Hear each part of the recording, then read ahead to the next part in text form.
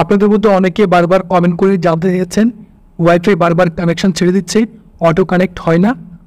Auto connect করার জন্য প্রথমে আমরা মোবাইল থেকে সেটিংস অপশনে চলে যাব। ওকে, সেটিংস অপশন আসার পর এখানে দেখতে পাচ্ছেন ওয়াইফাই রয়েছে, এখান থেকে ওয়াইফাইতে ক্লিক করতে হবে।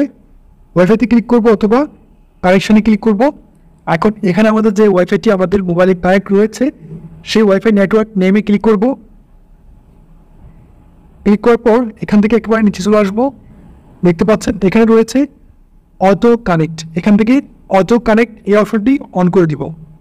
এই অপশনটি অন করে দেওয়ার পর এখন আমাদের ওয়াইফাই কানেকশান এখানে যতবারই চলে যাক না কেন, যতবারই কারেন্ট চলে যাক ঠিক ততবারই আমাদের এখানে ওয়াইফাই অটোমেটিক কানেক্ট হয়ে যাবে।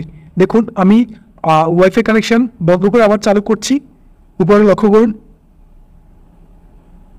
কেটে দিয়ে হোম স্ক্রিনে চলে আসবো। দেখতে পাচ্ছেন সাথে সাথে কিন্তু আমাদের ওয়াইফাইটি কানেক্ট হয়েছে।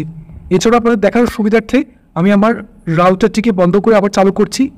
দেখুন আমি রাউটারটিকে বন্ধ করতেছি। তো এখন আমি আমার রাউটারটিকে বন্ধ করে দিয়েছি। আমার পাশের যে ওয়াইফাইটি রয়েছে সেই ওয়াইফাইটি কানেক্ট হয়েছে।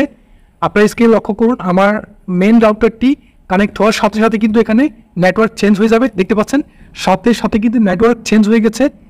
আমি আপনাদের নরসিন বাসটি টেনে দেখাচ্ছি। দেখুন এখন কিন্তু ইরোর যে ওয়াইফাইটি রয়েছে সেই ওয়াইফাইটি অটোমেটিক কানেক্ট হয়ে গেছে। দেখতে পাচ্ছেন কানেক্টেড। এখন আমি ইউটিউব ওপেন করব। সো দেখতে পাচ্ছেন আমাদের ইউটিউব চলতেছে।